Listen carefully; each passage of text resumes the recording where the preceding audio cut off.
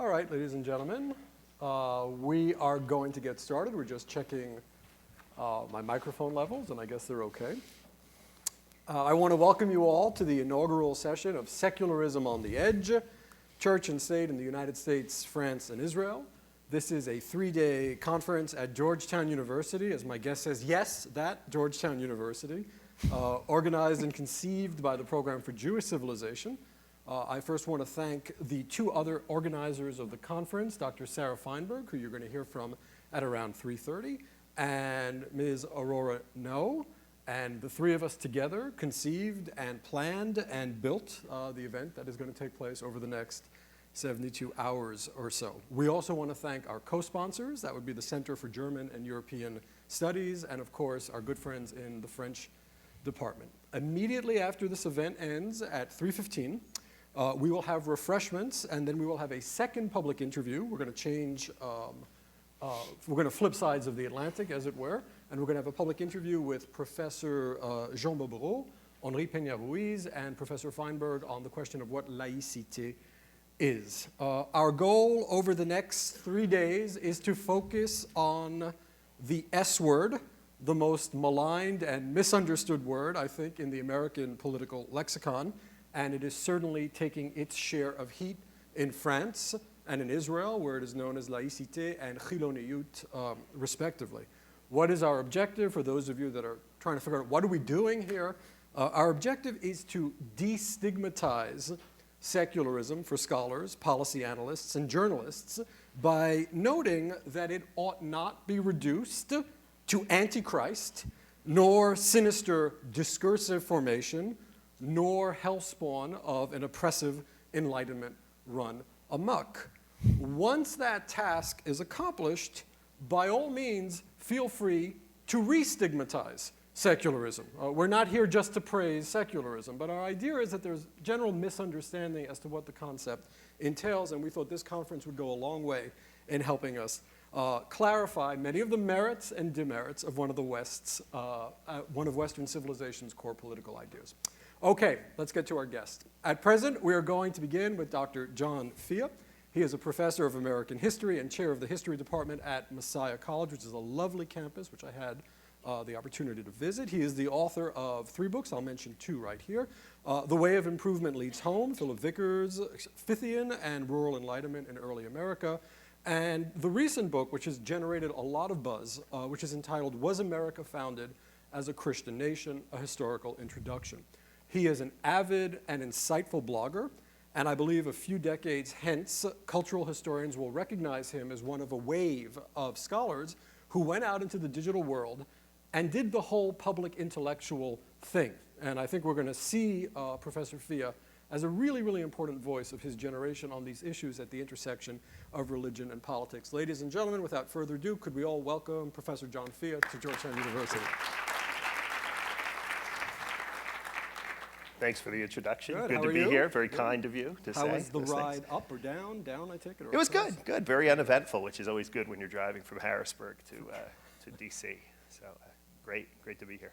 All right. Well, thank you so much. And let's get right to it. Many Americans insist that the United States is a secular nation, yet one is more likely to hear from the majority of the population that it's a Christian nation. So my first question is, what types of folks out there will claim the United States is a Christian nation? Sure. A little historical context first, and we may get to this later in the conversation, but the idea of whether or not America is a Christian nation or was founded as a Christian nation has been a contested idea in American culture, I think only recently, largely in the 60s and 70s, I think, with the rise of the Christian right and the moral majority and so forth. All of a sudden, this question of the religious or lack of religious identity of the United States, I think, comes into play. So today, those who will defend the idea that America was founded as a uniquely Christian nation, are mostly found on the religious right or the Christian right. You'd have figures like this character named David Barton. Now, I don't know how many of you have ever heard of this guy. If you go to any town hall meeting, school board meeting in the Midwest or in the heartland of this country, if you're trying to figure out what kids should be reading in their history textbooks in these meetings, David Barton's name will come up. Is he up there? Yeah. Very, very prolific speaker, very, very good speaker, I might add, a regular on the Glenn Beck Show. This man has thousands and thousands of followers among Christian conservatives in the country. And he's a snazzy dresser also. Very snazzy right? dresser in his red, white, and blue Western. Is that the one you have up there? Yeah, His yeah. Western button-down shirt there. Barton is the kingpin. He's the leader of all of this. He's made all kinds of arguments similar to, suggesting that, separation or tax exemption status for clergy, for example, can be found in the book of Exodus, or making these direct kind of connections between biblical texts and America's founding documents. He claimed, or he was a member of the Republican Party platform committee. He recently claimed during the Republican convention that 70 of his 71 ideas that he offered at the platform committee were added to the Republican platform. Which one didn't make the cut? I don't know. I'm really just curious wonder, about that. Which one didn't the make mind the cut? races. Yeah. Just so the audience really understands your thesis, and I would have to agree, also doing research in the same, you're basically saying up until the 70s, there wasn't that much contestation about the fact that this was a Christian nation. No. Did we get that correct? No, I think that's right. I think most people just simply assumed it was a Christian nation. I think there was it wasn't a contested issue. If there were secularists, as you define them, if there were people who did not like the idea that America was a Christian nation, they were out of the mainstream. Clearly, they were viewed as sort of oddballs or people who were going against the long history of the country, which always perceived itself as a Christian nation. Now, when we talk about America perceiving itself as a Christian nation, that took on various shapes and forms. If you read Martin Luther King's, for example, letter from a Birmingham jail, that letter is loaded with Christian nationalistic language. He talks about returning to our Judeo-Christian roots and values, that we need to become a Christian nation, and in order to do so, we need to desegregate. We need to end racial injustice. So maybe we can get to this later, but how you define what a Christian nation is always going to be up for grabs, and there'll be differences. But this idea that we are a Christian nation has not been contested really in the public square until recently. Now, the name of the book is Was America Founded as a Christian Nation? I think the was is important. I don't think the claim that Dr. Fia is making presently is that it should and is and now is a Christian nation, right? It was founded. So in that vein, why don't we start looking at some original texts, some foundational texts of our republic, and let's, with the aid of a skilled historian, let's walk through these texts, because I feel whether you believe it's a Christian nation or a secular nation or some other type of nation, you're going to have to grapple with these texts. So up above, I would hope, I'm craning a little bit, we're going to go to the Declaration of Independence, just settle a little debate. What legally binding force does the Declaration of Independence have in the United States? Legally binding force, presently. It has none. Thank you. Yeah. Just want to get that out there. All right. That's right. The line that I think we'd like you to exegete for us, and we will do some exegesis today, laws of nature and nature's God. My students, we speak about natural law theory a lot. I don't think many understand the degree to which natural law theories, plural, were percolating in the minds of our founders. Very quickly, could you give us natural Sure. law 101? Yeah, natural law, or probably that's a very sort of Catholic understanding of it. Many of the founding fathers would have perhaps even referred to the sort of moral sense, in some type, conscience. It's the idea that all human beings are created with certain inalienable, in the case of politics at least, certain inalienable rights. As Jefferson put it, the right to life, liberty, and the pursuit of happiness. And to a man, the founding fathers of this country believed that these rights came from God. Right. In the 18th century context in which they lived, had their being, and so forth, and practiced, they believed that these rights came from God. Now, to suggest that the nature of this God, that's up for grabs, that's up for debate. A deist, an 18th century deist who believes that God created the universe, then sort of pulled back and allowed the universe to run on these natural laws without ever again interfering in any way, shape, or form. There are deists who would strongly uphold the belief that human beings were created with these inalienable rights, and they came from the Creator. So all of the founders believed rights language, as embedded in the Declaration of Independence, comes from God. If I could just add one more sort of context, you asked me to exegete. One of the things exegetes do is they also provide some historical context to the document that they're wrestling with. And I think it's important to realize, and I make this argument in the book, that the Declaration of Independence, regardless of what it says about God or the Creator or natural rights, there's even references in there at the end in the last paragraph to divine providence. The founders are appealing to divine providence. The founders are appealing to a God who is a judge. Regardless of what those theological ideas happen to be, we never talk about what we might call the original intent of the Declaration of Independence. We always use that idea when we talk about the Constitution or debate the meaning of the Constitution. The Declaration of Independence, as written, was just that.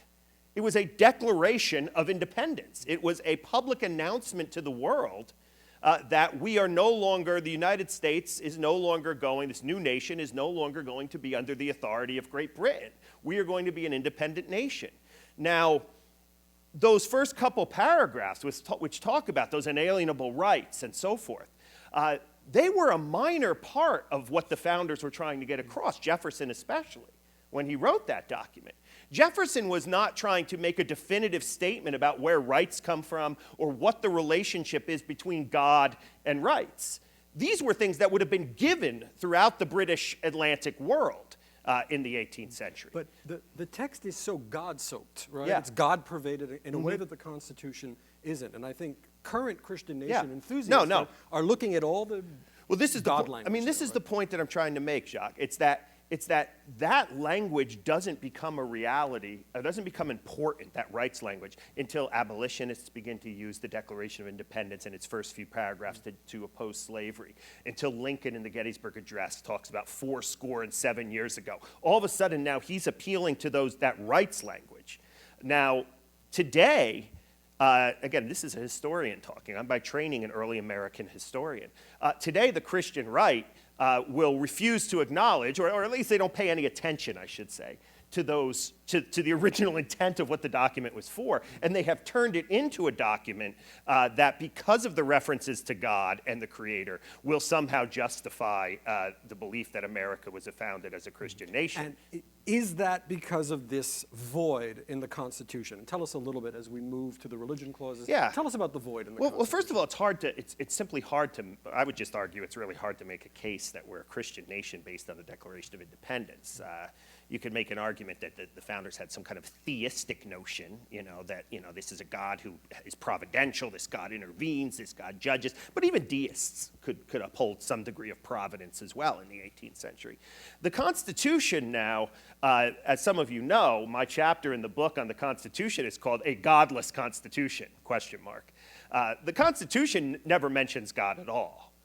There's no reference to God. There's no reference to a creator. Year of the Lord. That's right. I know. I've been reading a lot of the Christian nation. You caught me on this. Year of the Lord. If you bring this up to what it would be called a Christian nationalist, we had their pictures up there, they would say, well, wait a minute. It says at the end of the Constitution, in the year of our Lord, 1787. So there it is, a reference to the Lord in there. All you have to do is read the minutes of the Constitutional Convention, though, to realize that year of our Lord obviously is a common way of using the date, but it was actually added by a clerk after the committee had already left. So there's no, but they'll push this argument. No mention of God. There is mention of religion in Article 6, which we may get to, which talks about, there will be no religious test for office, meaning that there will be no Christian, there's no Christian or any other religion or religious requirement to hold federal office. And then, of course, you have the First Amendment, which does mention the free exercise of religion and the fact that there will not be a religious establishment or an official state church. Taxpayer money will not be used to promote any particular religious group. Yeah. If I were to say to you, with about a couple of dozen legal scholars, right, the First Amendment, the religion clauses anyhow, doesn't make a lot of sense. Yeah. Do you think I'm standing on solid ground there, or do you think after all those versions that Mr. Madison had rejected in the floor debate, do you think the thing makes sense? And do you think that a democracy of 300 million people can be guided by those 16 cryptic words? This is difficult. I mean, it's very ambiguous.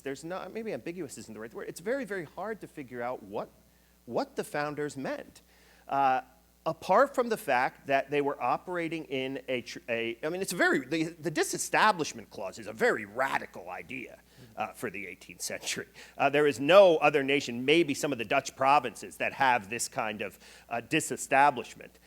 But apart from the fact that there will be no church that will be, receive taxpayer money or will be officially endorsed by the government, and the fact that the government cannot interfere in the way that people worship or choose not to worship, that's all we really have.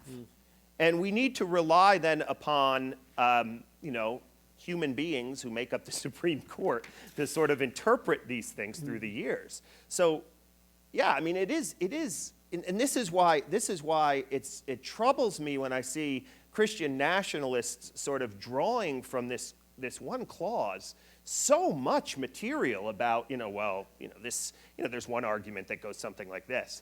The disestablishment clause is really about different Christian denominations. In other words, right, they didn't want they didn't want a Presbyterian nation, but they certainly wanted a Christian, read in the 18th century when you hear Christian Protestant, sort of nation. Right? But there's nothing even in the records, even in the Federalist Papers, there's nothing to suggest that's a legitimate interpretation of that phrase. But just to be fair, when Justice Hugo Black eisegetes out of this, right, in the wall of 47, separation yeah. in the Everson case, is that as egregious a misreading of the religion clauses as the idea that you've just adumbrated from For those of you who are unfamiliar with this is the 1947 Everson versus Board of Education of New Jersey case. This is the case in which the Supreme Court in 1947 declared that there is a wall of separation between church and state in America, and that wall is, quote unquote, high and impregnable. Now, that's one interpretation. It certainly is not an interpretation, I would argue, that reflects anything about the way, well, I shouldn't say anything, but it doesn't reflect the reality of the way church and state plays itself out in American life from 1789 to 1947. You have religion passing through that wall all the time in the history of the United States. You have military chaplains, for example, which James Madison, by the way, thought we can't have them, right? You have prayer before meetings of Congress. Thomas Jefferson, who wrote this famous letter to the Danbury Baptists, the Danbury, Connecticut Baptists in 1801, where he coined that phrase, wall of separation between church and state. You know what he did the day after he wrote that letter, with this phrase, we need to uphold a wall of separation of church and state? He went to a Christian worship service in the hall of the House of Representatives, right? So, to suggest, though, that this wall has always been high and impregnable, the court is the court. They can rule that, and that thus becomes the law of the land. The landscape in post-1947 then, especially in public schools and other places, is completely changed. But it certainly does not reflect practice on the ground. You could say that there has been a wall. Church and state have been separate to some degree, but there have been what James Hudson, the librarian of the Library of Congress, manuscript librarian, called a wall with many checkpoints, or many places in which religion does pass back and forth through this. So, that's not an argument for or against Everson. That's a historical analysis that certainly the argument that Black made was not based upon any sort of insight into the Constitution or the Federalist Papers that interpreted the Constitution. It was based on an 1801 letter that Thomas Jefferson wrote to a group of Baptists. That was his primary sort of source for concluding this. So you could argue that could be contested. I mean, and certainly Christian nationalists are contesting it. They think the 1947 case was wrongfully decided, and this is the beginning of all of the headaches that have taken place in which secularism, as they defined it, which is largely kind of anything irreligious or atheistic, or has creeped into our culture as a result of this. Now, of course, the story goes on, but we can keep going. Now, we're in remarkably similar intellectual space, and we agree on most things. I don't know if this has ever happened to you. When I'm making some of the exact arguments that we've just been sharing, and you've been telling us about, I invariably, if I'm on NPR, somebody calls in and talks about the Treaty of Tripoli. All right, so let's talk about the Treaty of Tripoli. And there's a lot of it's an interesting text. Let's get it up there. And tell us about the text and some of the weird backroom stories about what was translated and what was not translated, and what the Americans were reading and what others were not reading. There she is. I've probably done close to 70 or 80 public talks, radio interviews, so forth, about my book was America Founded as a Christian Nation, and what you say is exactly right. I'd say 95% of the time there's a Treaty of Tripoli question. I almost laugh, everyone wants classic. And what fascinates me about it is here is this sort of obscure diplomatic treaty in the history of American diplomatic history. It's a treaty between the United States and the Muslim nation of Tripoli. The Muslim nation of Tripoli is suppressing American trading vessels in the Mediterranean. Because the Americans are no longer under the British, they have to now make their own treaty so that they won't be sacked, if you will, by these ships. So the United States negotiates with terrorists and comes up with this treaty in 1797, the Treaty of Tripoli.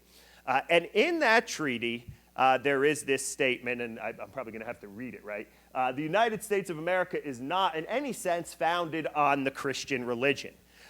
Those who are secularists, those who do not like the Christian nation view of the American founding, will immediately appeal to this as evidence, right? We are not founded as a Christian nation. And there's some validity to it. This is a treaty that was endorsed by John Adams, the President of the United States. It was signed by him. It was unanimously passed in the Senate and the House. So there were no questions here. There was no debate over whether or not we're a Christian nation. What language version of it did they have? I mean, was it in Arabic? Was it translated? It was translated into English. So we don't have this in Arabic, correct? We have it in. If it is in Arabic, I have not seen the. I don't know. I don't know if the document. I think in one of the versions, if I'm not mistaken, I don't think this is in the Arabic version. Okay. Or it's not in the English version. That I don't know. No. Okay. That I don't know. Yeah. I would argue, though, if you're going to make an argument that America is not a Christian nation, I think you need to be cautious with using the Treaty of Tripoli. Because it's so easy to take this thing out of context. The Treaty of Tripoli, again, just emerges. All of a sudden, people start quoting it in the 1970s. No one cared about this thing before that. And the counter is the Northwest Ordinance, which has made an incredible comeback. Right, all of a sudden, exactly. The Northwest Ordinance,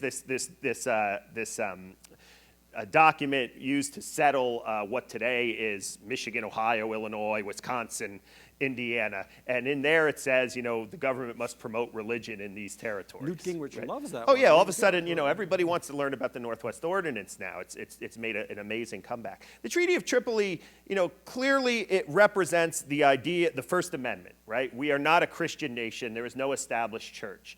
In some ways, you could argue it's right. If you were to go on the ground, though, in America at the time, there was such a strong anti-Islamic sentiment within American culture in the 1790s. I think I say in the book, if the Treaty of Tripoli was meant to somehow establish America as a secular nation, someone forgot to tell the American people, because it is there's a strongly anti-Islamic, but it's used a lot. I think in the context it's a treaty. I teach my students, what is the context? What is this document doing? It's a treaty. Clearly, the Americans want this treaty. They don't want Islamic ships, Muslim ships from Tripoli sinking their ships in the Mediterranean.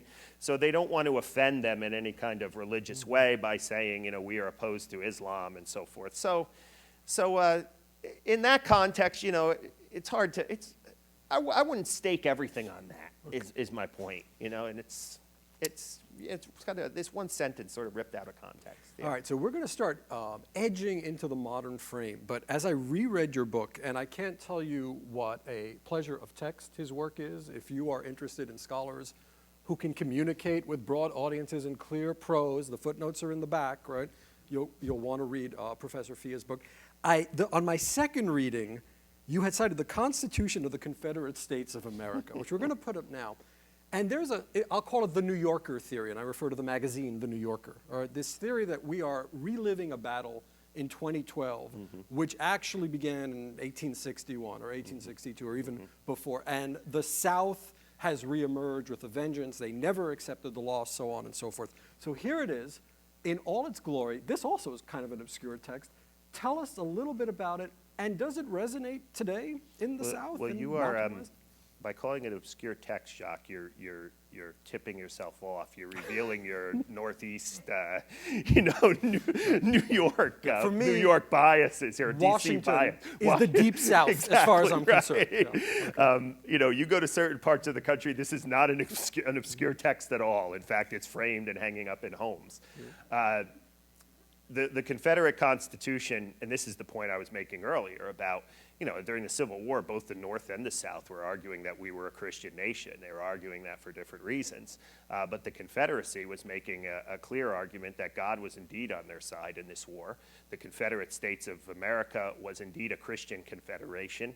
One of the interesting critiques they made of the North was abolitionists, people like William Lloyd Garrison, Frederick Douglass, and so forth. I don't know if any of you saw the PBS series recently on the abolitionists. I thought it was very, very well done. That was a 3-part series on the American experience.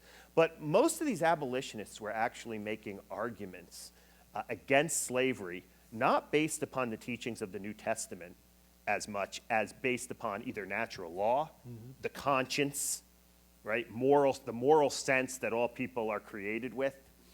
So you have someone like William Lloyd Garrison saying slavery is wrong because it violates the Declaration of Independence, it violates natural rights, it violates the conscience. Well, the South is responding to that saying, you infidel, you heathens. It's clear that if you were to really read the Bible in a literal sense, the Bible nowhere, the New Testament nowhere condemns slavery. So how dare you make an argument? You call yourself a Christian nation, but you're making an argument against our slavery based upon non-biblical sources, right? Non-New Testament sources. So, and William Lloyd Garrison actually responds, the abolitionist, he responds and says, I'm not going to quote him accurately here, but he says, if the New Testament teaches slavery, then burn the New Testament. Right? And this guy's a Christian. He claims himself to be a Christian. So back to the document here. So when it comes to writing their preamble, and if you read, those of you who are familiar with the preamble to the United States Constitution will recognize a lot of similar language here. There's 2 fundamental differences. One is the states' rights, thing there. We being sovereign and independent character and so forth. The other one is this reference to Almighty God. Now, this, you might just think this is just a throwaway line and so forth, but the Confederates throw this in the face of the North saying, how dare you tell us that your cause is a righteous, godly cause?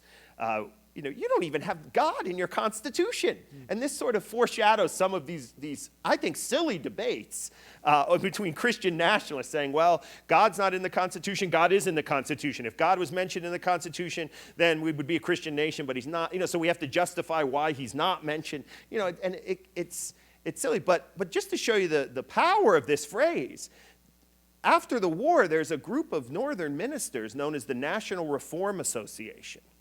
This is the NRA, before the NRA, so to speak, right?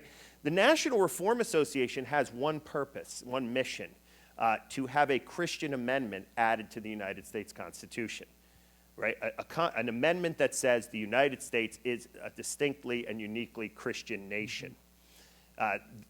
And part of this is just a reaction to all of the heat they were taking from the Confederates because they had God in their Constitution, and the Union did not. So, this Almighty God reference becomes a rallying cry for the South. We are indeed a Christian nation. God is on our side. Of course, the North is making a similar argument based on the fact that the Union. You might think they're making an argument based upon slavery is wrong, right? That really doesn't happen until after the Emancipation Proclamation. Their argument is really based on an old idea which goes back to John Winthrop in 1620, this city on a hill, this sacredness of the American experiment, the sacredness of the Constitution. And how dare you challenge or secede from this sacred union of the Constitution? It's the equivalent of sin, right, if you do that. And how could God be on your side? And is this true that these things are framed in Mississippi and South Carolina? Yeah, if you read a great, just to throw out a book here, I don't know if any of you read Tony Horowitz, former New York Times correspondent, became a history writer, wrote a book called Confederates in the Attic, in which he traveled through all of these small little Confederate enclaves and talks about these things being framed and so forth. Yeah. I really am a Yankee, by way of France, apparently. All right, so let's just, before we edge into, I want to look at a conclusion of yours. Between 1789, can we just go back? Thank you. Between 1789 and 1865, Americans, North and South, Union and Confederate, understood themselves to be citizens of a Christian nation. The religious, political, and print culture of early national America reinforced the notion that God had a special plan for the United States. Why don't you close this frame by giving us a little sermon on that? No, absolutely. I think that's obviously, I think that's true. You agree? You agree? Yeah. I agree with my own argument, here's the narrative, I think, that I try to present in the book, the historical narrative. The founding fathers, I think you are hard-pressed to make an argument. I mean, it's complicated, but you would be hard-pressed to make an argument that they wanted to establish at the national level, at least, and maybe we could talk about the states, because that's a huge part of the debate, right? But at the national level, the founders did not believe that there should be an established religion, a Christian nation, so forth. We're not a Christian nation. That's the whole game, in fact, right? As I think about it, right? This idea that they didn't want a federal national religion, but states can knock themselves out. You want to let me get back to that. Then the state stuff is really interesting, both at the time and in the way it plays out in the contemporary debates. But what were we? We were just wrapping up on this. Yeah. How the American religious history here works is 1776 or 1789 Constitution, First Amendment, you have the disestablishment of religion. No longer does Christianity in the form of an Anglican church or a Church of England or so forth have state sponsorship. You thus have this kind of democratization of religion, this consumer religion. That emerges between 1789 and 1865. Protestant denominations need to compete for members. People are no longer required to their taxes are no longer being used to support the state church. So you have this intense competition, and this sharpens the game of Protestant denominations. You better have a good preacher. You better have some kind of appealing thing that's going to attract people, because you no longer have the state to back you up anymore. So it was Thomas Jefferson, I think, it was Thomas Jefferson who said, well, by 1830 or 40, everybody in America will be a Unitarian. The power of secularism in a kind of atheistic kind of secularism, will water down traditional religion. People will reject these superstitious doctrines known as the Trinity, reject the resurrection of Jesus Christ, the authority of the Bible, and so forth. And then came the Second Great Awakening. And then, boom, what happens in 1830? You have this massive evangelical revival, which basically not only Christianizes the country, not only makes it a Protestant country, but I would even argue an evangelical Protestant country. And it is the decision to disestablish in 1789 that allows this evangelical Christian nation to emerge during this period. Because Christianity is the only option for these people. You have this intense revival. People are being, in the evangelical speak, being saved. They're being born again, and surprisingly, a lot of that is playing out as well into sort of social reform, right? In terms of anti-slavery movements, in terms of prison reform, in terms of women's rights, this is and so the forth. Christian left, right? Now we call it the social gospel movement. And this is where people today, like Jim Wallace or the Christian left or the evangelical left, will appeal to, saying we want to get back to that, Christian nation, but a very different Christian nation than what the Christian right is arguing for, a Christian nation that is defined by issues of social justice, of care for the poor, fighting slavery, or whatever that might look like in today's culture. So this is an ideal. The Christian left. This is the argument of James Davison Hunter. I mentioned him in the op-ed piece I wrote on the Washington Post, which appeared yesterday. This is the argument of James Davison Hunter, a University of Virginia sociologist. He argues that the Christian left, people, I don't know if you know the name Jim Wallace, but evangelical progressives are just as much about creating a Christian America as those on the right. Their Christian America looks very, very different. They're just useful co-belligerents for secularists. Yeah, exactly. They're politically, they're wanting to use politics to promote a particular form of Christian nation as well. All right, now we're going to get to frame two. We've given you the backdrop. We're going to go to the movies, ladies and gentlemen. We're going to show you some clips. We actually timed it out. We wanted you to get a feel for these two clips. So I'm just going to ask Professor Fia a 5-word, 6-word question after we watch about 5 or 6 minutes. I just want to make sure our guys in the back are ready to go.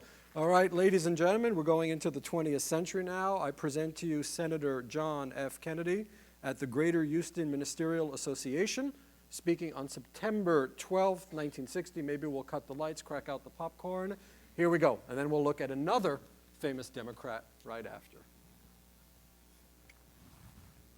In its entirety. I'm grateful for your generous invitation to state my views.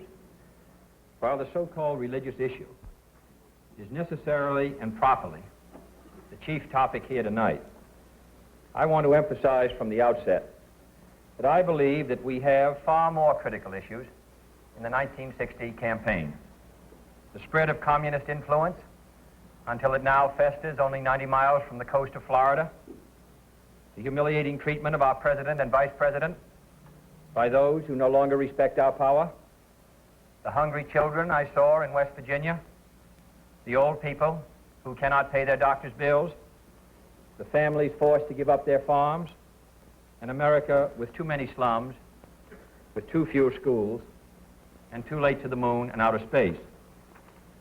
These are the real issues which should decide this campaign, and they are not religious issues. For war and hunger and ignorance and despair, no religious barrier. But because I am a Catholic, and no Catholic has ever been elected president, the real issues in this campaign have been obscured, perhaps deliberately, in some quarters less responsible than this. So it is apparently necessary for me to state once again, not what kind of church I believe in, for that should be important only to me, but what kind of America I believe in. I believe in an America where the separation of church and state is absolute, where no Catholic prelate would tell the president, should he be Catholic, how to act, and no Protestant minister would tell his parishioners for whom to vote. Okay, we're going to fast forward, ladies and gentlemen. We're going to go to about a year ago at the Easter prayer breakfast. Our president, President Barack Obama, speaking at the Easter prayer breakfast. We're going to cue that up. And we should have it any second now. Here we go. Thank you. Lights, please.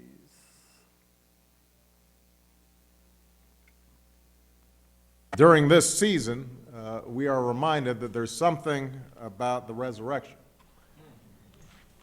Something about the resurrection of our Savior, Jesus Christ, that puts everything else in perspective.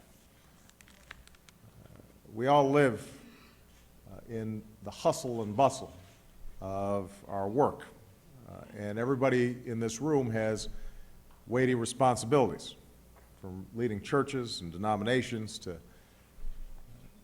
helping to administer important government programs to shaping our culture in various ways. And I admit that my plate has been full as well. The inbox keeps on accumulating. But then comes Holy Week, the triumph of Palm Sunday, the humility of Jesus washing the disciples' feet, his slow march up that hill, and the pain and the scorn and the shame of the cross. And we're reminded that in that moment he took on the sins of the world, past, present, and future, and he extended to us that unfathomable gift of grace and salvation through his death and resurrection. In the words of the book Isaiah. Okay, how do I phrase this? John, are these presidents of the same country? What the heck happened, right, in that 51-year interval? Two Democrats, one as a senator who would be president. What happened, in your estimation? Well, you know, Kennedy clearly represents the kind of secularism that this conference, I think, is about, that you talk about in your book. You know, he mentions at one point that, you know, his faith is, as he says, a sort of deep faith, you know, it has nothing to do with his role as president. You could also show sort of John Kerry, or, you know, in 2004, trying desperately to show that his faith matters to what he's going to do as president, another Catholic. Clapping right? off beat exactly. at the African-American church. Exactly. Yes, right. You know, I think, you know, there's also the famous response that Rick Santorum had to this speech when he said, every time I watch Kennedy's Catholic speech, it makes me want to throw up, right? was his view. So yeah, things have definitely changed. Now, a lot of this is the story of religion and politics, and the major changes that happened in the world of religion and politics in the 1970s, and in things that responding to things that happened in the 1960s. Again, very, very quickly, you know, maybe we can flesh this out in the Q&A or something like that, but I'll give you the quick narrative here. In the early 1960s, many Catholics and Protestants and Catholics are alarmed. Well, Catholics not as much, because they have parochial schools and they can do whatever they want in those schools, well, you know, in terms of religion. You know, the Vitale-Engel case, I think it's 63 or 63, Abington 62, case. Abington-Schempp case that removes prayer from public schools, that mandatory prayer, mandatory Bible reading removed from public schools. Many conservative Christians are alarmed by this. They see this as a threat in some way to the sort of Christian character of the country. Fast forward to you know, Roe v. Wade and the concern over the state mandating or allowing legal abortion. Sex, drugs, rock and roll, Sex, dropping drugs, acid. rock and roll, I mean, that's the 60s the as culture well, of the right? 1960s. You know, things.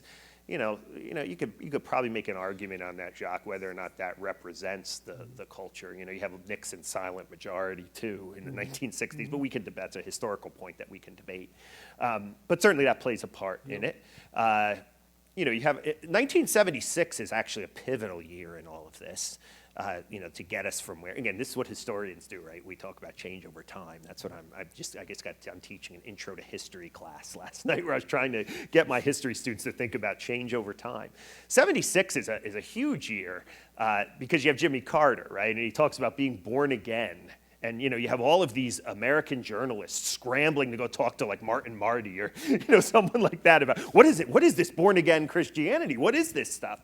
You know, Newsweek declares it the year of the evangelical. Cover story, 1976 cover story. It's the year of the evangelical. You know, the famous Carter Playboy interview, you know, I sinned in my heart and so forth. So evangelicals take center stage in the political culture. Obviously, Carter lets down the Christian right. People like Jerry Falwell and so forth start rallying behind Carter. He really lets them down. I think this is a point that the Columbia, actually now Dartmouth, religion professor Randall Balmer makes.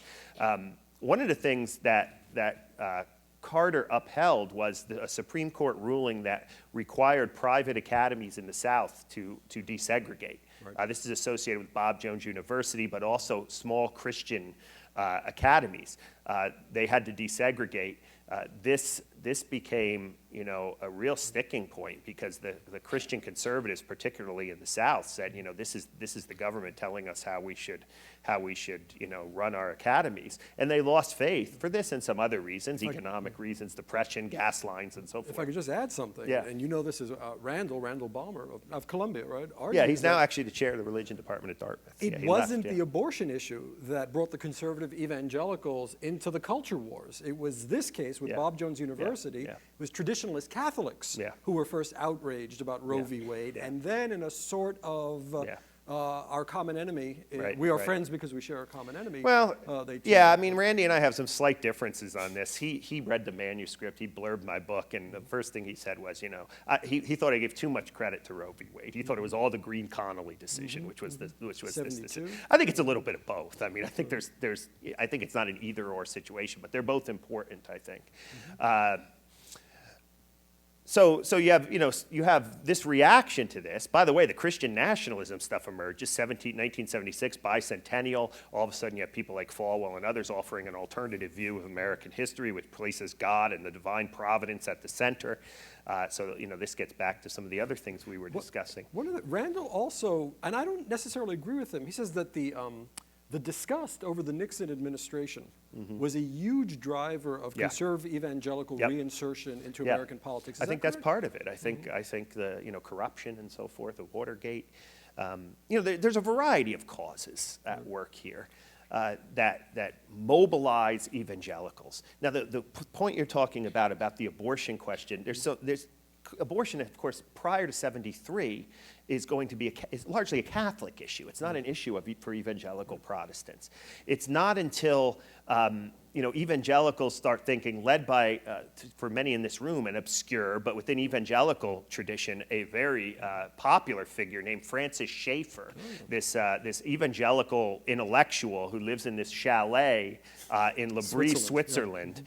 And he provides the intellectual strength to people like Jerry Falwell to say, well, abortion should be one of our problems too. And this creates this sort of, on the pro-life, this Catholic evangelical sort of alliance. I can show you, my colleague Aurora now discovered a document, which I did not know existed, from the Southern Baptist Convention. Yeah. Their original claim about abortion was, Yep. all right, let's look into it. It wasn't this kind of... Well, knee-jerk I would say even further than that. The Southern Baptist Convention supported Roe versus Wade. Now, again, this is the 1973 Southern Baptist Convention before the fundamentalist takeover, right? But the Southern Baptist Convention, based upon Baptist principles, which you would call broadly defined secularism, secularist Absolutely. principles. They're the right? great secular heroes of the first... Would say, they said, we don't want government intervening in our religious affairs. Even if that means telling us so if government's not going to dictate then whether or not abortion is legal or not, they like that idea. They don't want government intervening. So they actually support Roe v. Wade. Now, again, there are the more minority moderate sectors of Baptist life today, which would still support Roe v. Wade, but they're now in a minority because the denomination has become controlled by the religious right, conservatives within the religious right. But it's funny, on my blog this morning, I had, this is an interesting story which illustrates this kind of secularism. Baptists, and forgive my language here, this is going to be unbecoming of a good evangelical professor at Messiah College, but he said, We all sin. Yeah, it's on the camera, right? This Baptist, this friend of mine, he's a devout Christian, but a Baptist, said, I'm for the complete separation of church and state. When you take horse shit and you mix it with ice cream, the horse shit remains the same, but the ice cream is ruined. Right? And I've learned that this is a long-standing joke within sort of Baptist circles, right? And good for secularism, by the way, right? Yeah, very good for this kind of secularism that's being advocated here. So to finish the narrative real quickly, you have these Christian right groups that align with Reagan. Reagan then becomes their voice. Reagan starts declaring things like national days of prayer, national years of the Bible, Year of the Bible, and sort of days of prayer and so forth. You have this alternative view, this view that God, we are a Christian nation. God, politicians must speak to the question of their faith in public and how their faith is going to inform public policy. I think the Kerry disaster for Democrats in 2004 forces, even Howard Dean, is a Vermont sort of secularist in the kind of, is sort of secularist in the kind of atheist, religion's not important kind of thing. Actually says we need to get religion. The Democratic Party needs to get religion. This was after he left his religion over a bike lane, right? That's He was right, exactly. mad over a bike path. Exactly. Yeah. So all of a sudden you have Jim Wallace of Sojourners becomes this sort of guru to help the Democratic Party get faith. They start appealing to religious, especially Christian, even evangelical voters. In 2008, you thus have, for the first, I think this is the first time this ever happened. You probably know better than me, Jock. There's this event at Rick Warren's, the evangelical mega pastor's church, where all the candidates come in because they have to talk about their faith and how that's going to inform what they do. And a couple months before that, the day before the Pennsylvania primary, they come to my place, Messiah College, and John McCain refused to come. I don't know why. We invited all three of them. Hillary was still in the mix at the time. Hillary, Obama, and McCain turned us down. And you were there, Jacques, for that. I was there, yeah. I was in the press room trying to answer questions about Messiah College and explain to people why we don't have a flag and what Anabaptism is. But that's a whole other story. But so now you have the CNN, John Meacham, and I can't remember the female from CNN who was the other correspondent who was interviewing them. They're interviewing these people about their faith and Come their back to me in a relationship. second, right? I met her, and she was very good I at can't that. remember. She's Now, for those of you that are wondering what we're speaking about, on August 16th, 2008, it was called the Saddleback Civil Forum on the Presidency. And to quote Rick Santorum, many secularists, such as myself, wanted to vomit. In fact, we did vomit. We more than vomited a little bit in our mouth. It was really kind of an egregious example of this whole God talk run amok, right? And you recall the script. You had McCain and you had Obama. You had a home field advantage for Senator McCain, right? And Obama is given these questions on abortion, which he's not comfortable answering. He almost destroyed his campaign. That was the pay grade Right, line. when he said it's above my pay grade. The question, when does a baby get rights? That was Rick. When does a baby get rights? You see the constitutional lawyer in Obama.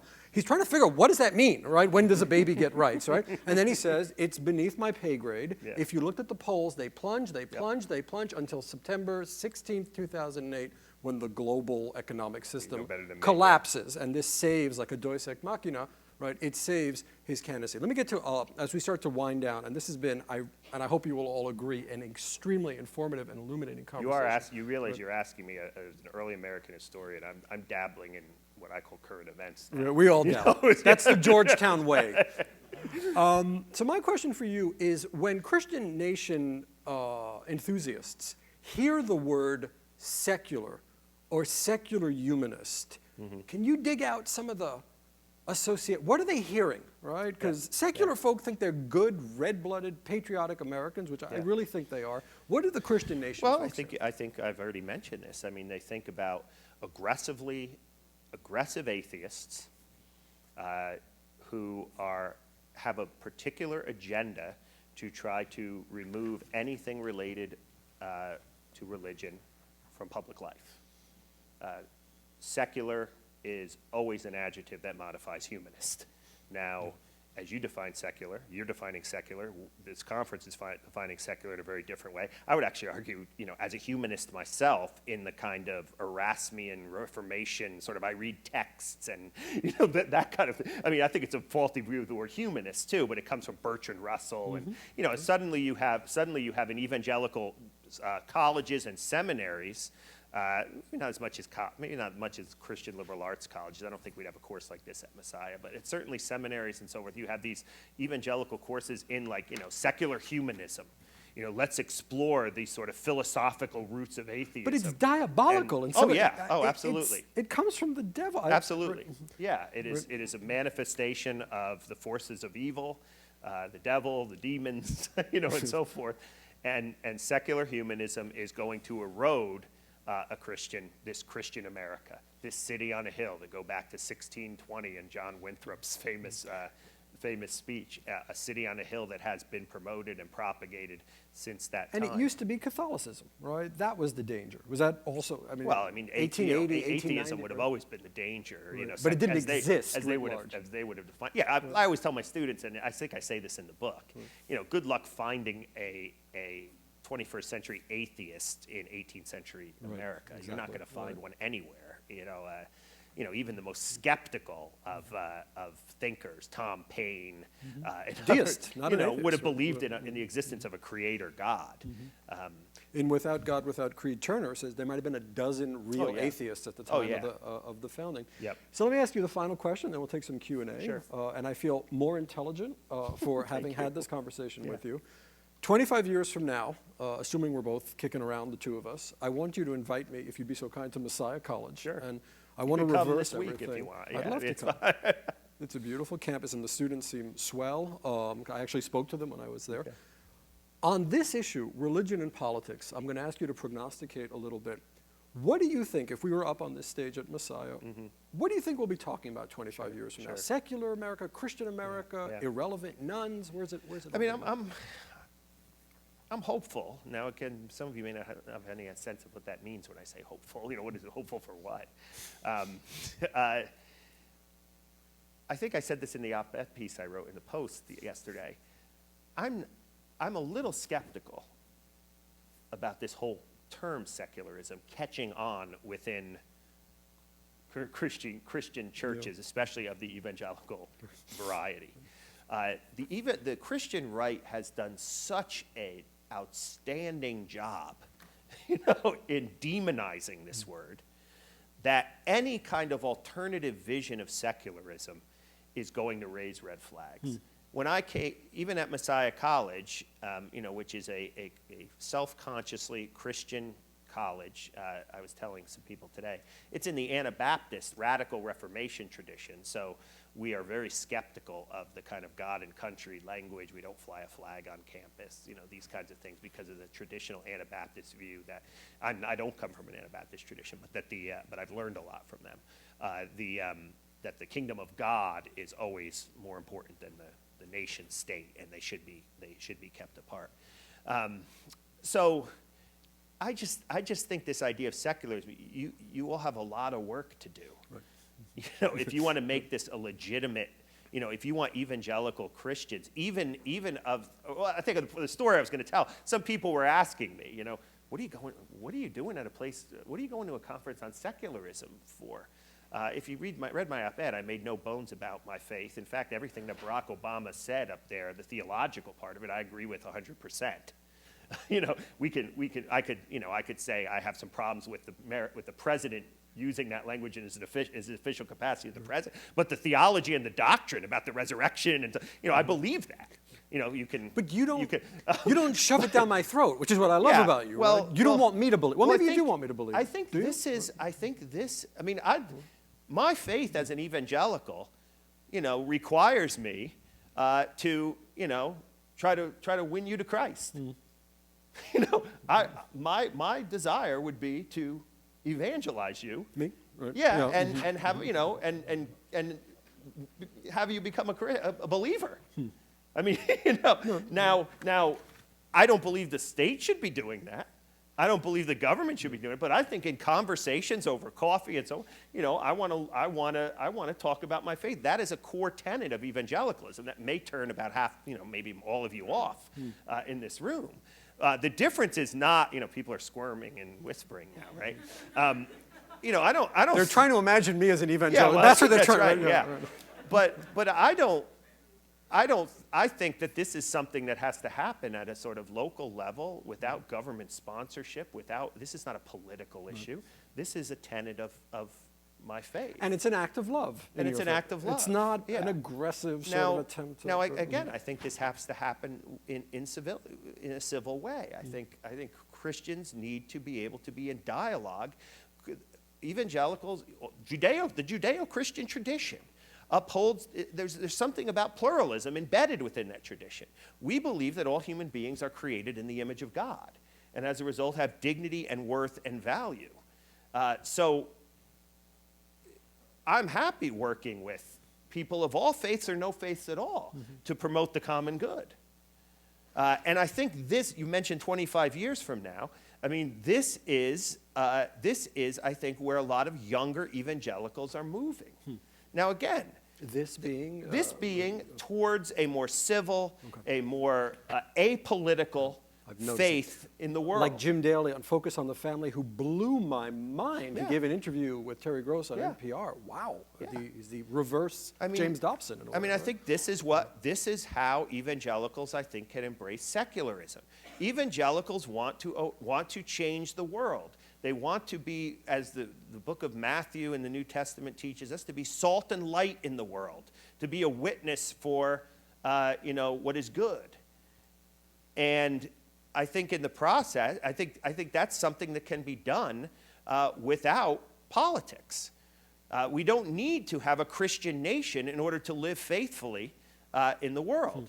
At least that's my position. Tweet it. And that's Messiah College, I think, with the school I come from's position. Despite our name, we are not Liberty University. We're not Bob Jones. We are not, Messiah. People say, oh my gosh, what is that? Especially, in a place like this where it's people may not be familiar with the college. So evangelicals, some of you may have fundamental disagreements or maybe even despise the theological convictions that I uphold. But I hope that if there's things that we hold in common, whether it be about justice, whether it be about the environment, whether it be about issues of life, whether it be about, the dignity of human life, I would hope that we could work together on that. My theology teaches me that, all of us are created in the image of God and this have dignity and worth and work for the common good. We can be secular, I think, in the sense that, first of all, by using politics to change the world, evangelicals have been doing that since like the 70s, and they've gotten nowhere. We failed. There's been some success. Well, there, right? what are the big issues? Has Roe v. Wade been overturned? No, but abortions. And again, I'm not saying I'm advocating that or not. I'm just saying, But it's nearly impossible to procure an abortion in about 35 states of Okay, the union. fair- A legal abortion. fair I know enough. that, right? Okay, But they haven't. Defense of Marriage Act. I mean, they've Yeah, really fair accomplished enough. much. They've accomplished lawfully. They've accomplished Lawfully, much lawfully, Right. but they haven't gotten to where they want to be. Oh, okay. And I don't know if they ever will, using politics. Here's where again, I suggest Hunter's book, To Change the World, The Possibility of Christianity in a Modern Age, I think is the subtitle. So, I actually didn't want to get into that. I wanted to come here as a sort of somewhat detached scholars can embrace and still be Christians, thus moving away from the Christian right definition of secularism as being someone who doesn't believe in God. And I think there's a lot there to say about Christians, even evangelicals, being secular. Well, I'm happy we've recorded this because I think this is a really important conversation. I'd like to take some questions. We've got about 10 minutes before we take a refreshment break. And we'll start with our very own Bob Burkett, who is Senior Advisor to President DeGioia, who's way in the back. We haven't discussed Catholics, Yeah. and I'd like to know if you think it's possible for the Catholic Church to accept secularism. I think it's very, very difficult for two religious traditions within Christianity to accept secularism. Well, I would say, if you think Catholic, as much as Kennedy, seemed to be representing it up here as a Catholic, much of the 20th century, going back to even Pope Leo's 1895 encyclical on, I can't remember, Catholicism in the United States, I think translated, I can't remember the name of it. Leo in many ways advocated for an aggressive Catholicism in terms of building Christian institutions, Catholic societies, Catholic organizations, so forth. And there's really clear language throughout much of the first half of the 20th century and beyond of this Catholic attempt to try to Catholicize America to the point where, you read things like Christianity Today or even the mainline Christian Century in the 1950s, and they have like 10, 15-part series. Will Catholicism win America? Right? This threat that Catholicism is going to somehow take over. Now, I don't know enough about the history of Catholicism, but there is certainly a more 20th century history of Catholicism clearly looking for some kind of way in which to be transformational, to transform the world. Especially, Catholicism, of course, is a big tent. If you talk to the conservative Catholics like the late Richard John Newhouse, or people associated with First Things, it is clearly they would reject secularism. They want to transform this world into a Christian country in which Catholicism will play an important role Now, into that. there- Help me out here, Jock. Well, yeah. there are many books about secularism that haven't been written. This is going to be my plaint tomorrow. And one of the most important books is The Tortured Relationship Between Catholics and a Type of Protestant Secularism in the United States, Yeah. which was virulently anti-Catholic. Yeah, Blaine amendments, for Yeah, example, sure, right? sure. So it's a great question. It's almost like the untold story. What I want to get at tomorrow in tomorrow's session Yeah. is why don't we have books about this? I mean, Noah Feldman has dealt with it, Yeah. specialists in the area of Blaine amendments. But I think it's a chapter that remains to be written, Well- why Catholics recoil, especially in the United States, right, from secularism. Evangelicals, just to add a point, evangelicals in the 19th century loved the separation of church and state when it applied to Catholics. Right, exactly. Especially with the You know, school funding. They can't establish their Right. schools. We don't want them. We don't want them to fund that and so on. I said there were two movements. I think there's a certain form of Reformed Protestantism. Whether it be of a Dutch Reformed sort of Abraham Kuyper, I don't know if that name rings a bell, so that are really after sort of transforming the world, taking every sort of institution of American life, including politics, captive in some ways. Now, if you talk to someone from Calvin College or something like that, they would say this is not triumphalist, and they would come across as very, I think, humble in this idea.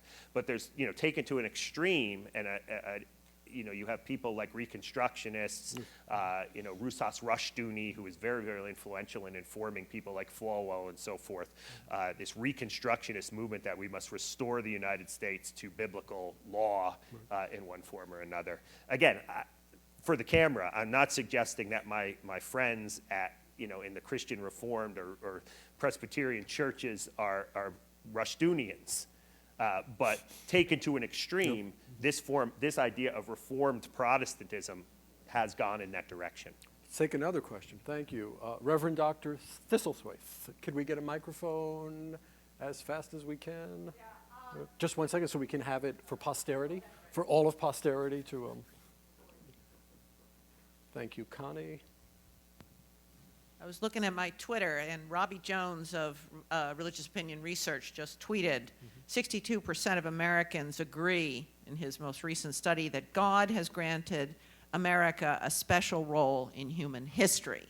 Doctrine of Providence, I think. That seems low, actually. One of the things that I have a two-part question. One is something I think that should be addressed in relationship to Christian nation issues is how this is an attempt at gaining political power. Sure. That it is a power issue. Yeah. But secondly, Jock, isn't there a secular version of this with, as Madeleine Albright has said, America as the indispensable nation?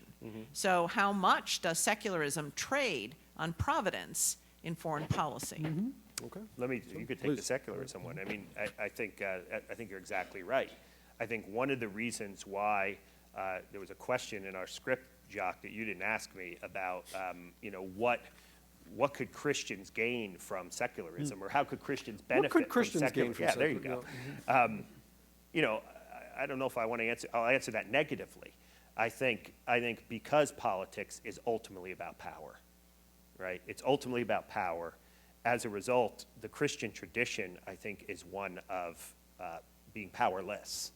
It's about a man giving up divinity, not divinity, but dying for the sins of the world, sacrificing himself for that's embedded within the Christian tradition. This the powerless, the Messiah, the chosen Messiah or the Savior of the world is a suffering Savior, right?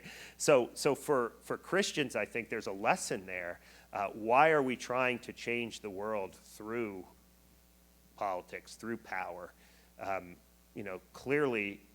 Clearly, this Christian right, I have a hard time calling it Christian in any way, shape, and form, in the sense that it's seeking after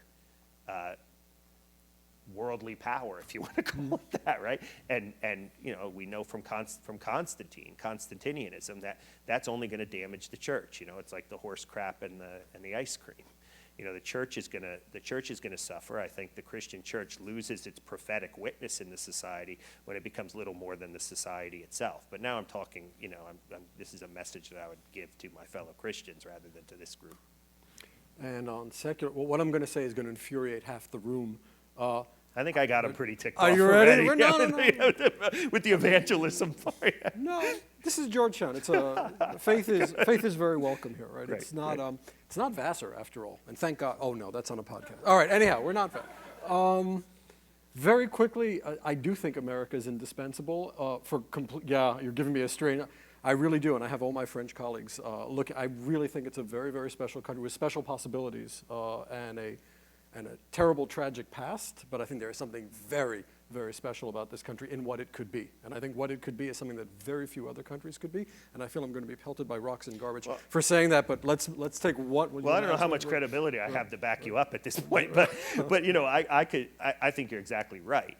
I think what scares me is that exceptionalism, or you know, I mean, you can't argue with the fact that America, even if you want to call it the first great nation of the Enlightenment, right, is a unique, special thing. What bothers me though is when that becomes baptized, when that becomes or militarized, you know, or militarized, where it's you know, it's special because God has uniquely, you know, and that's the rhetoric of the Christian nationalists, right? What's driving them. We're going to take one more, and it's going to be my colleague Erica Seaman, who is going to be moderating tomorrow's panel on American secularism. Dr. Seaman, please. The floor is yours. Last question. That was wonderful. Thank you both. Something I love to put up for my students are two quotes, one from George Washington, one from James Madison. George Washington, he does a Thanksgiving address, and he said it's a duty for nations to recognize the Almighty and the favors of the Almighty.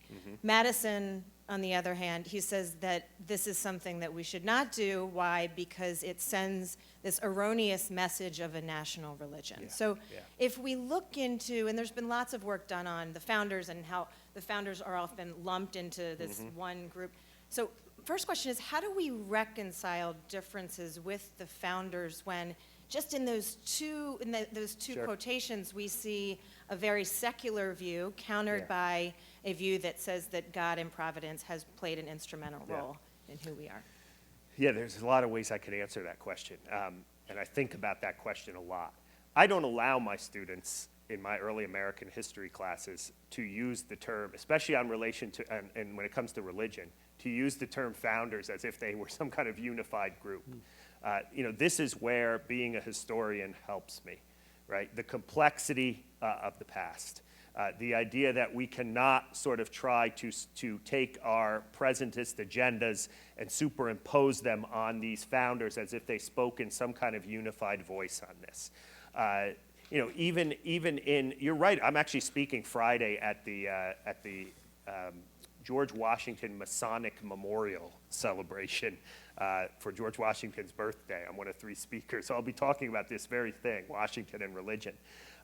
You know, I illustrate this, and very quickly, I know our time's up, but I illustrate this with what happened in in post-Revolutionary War Virginia in the 1780s. On the one hand, you had Jefferson and Madison who were arguing for a complete separation of church and state.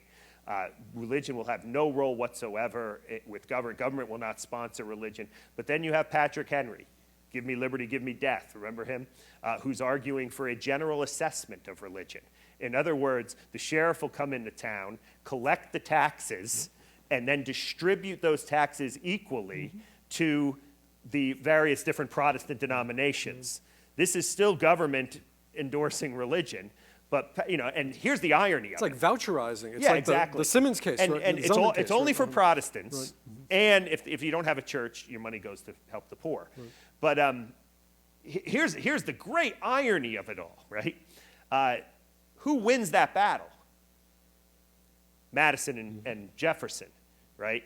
By the way, and this is where we didn't talk about the states, Virginia is the only place where the battle is won by people like Jefferson and Madison. In all the other states, it's won by people who have test oaths for office. I mean, in Massachusetts, for example, which is just Massachusetts, it's an established church. In my state of Pennsylvania, you have to uphold the divine inspiration of the Old and New Testaments and be a Protestant to even vote or hold office, right? Up until, you know, the Constitution gets changed. But who supports, more than anyone else, who supports Madison and Jefferson in that fight in Virginia? The devout evangelical born-again Baptists, right? And they do so because they have a long tradition when the Anglican Church was established of being persecuted almost to the point of death by a state-sponsored church. So talk about strange bedfellows. You have these evangelical born-again Baptists getting into bed, so to speak, with Thomas Jefferson, someone who does not believe in the resurrection of Jesus Christ, or almost everything that they don't believe in. You know, so I always remind when I run into my friends who are associated with a certain big Baptist fundamentalist university in Lynchburg, Virginia, founded by a guy named Falwell, and who says, well, church and state is a myth. You know, for separation of church and state is a myth. I'm quickly to say, you're free to believe that. I think you're wrong. But, you know, if you do believe that, you have all of the history of Virginia Baptists against you, right, on this point. So maybe with that note. Yeah. So let me tell you all what's coming up before we give our distinguished guest a very warm round of applause. We have the two titans of laïcité coming up in 15 minutes, Professor Jean Bobreau and Professor Henri Peña-Ruiz, who will be speaking with my colleague, Dr. Sarah Feinberg. We're going to flip everything. The French music is going to be played. We're going to go to France. All right? There are refreshments awaiting us outside. So let's quickly have some coffee, some cookies. Let's come back. Let's go to France. But before we do anything, I took a huge risk, I think, in inviting a scholar who is not a scholar of secularism, but of early American history. I hope, and I think personally, it paid off. Dr. Fia, thank you so much. Thank you.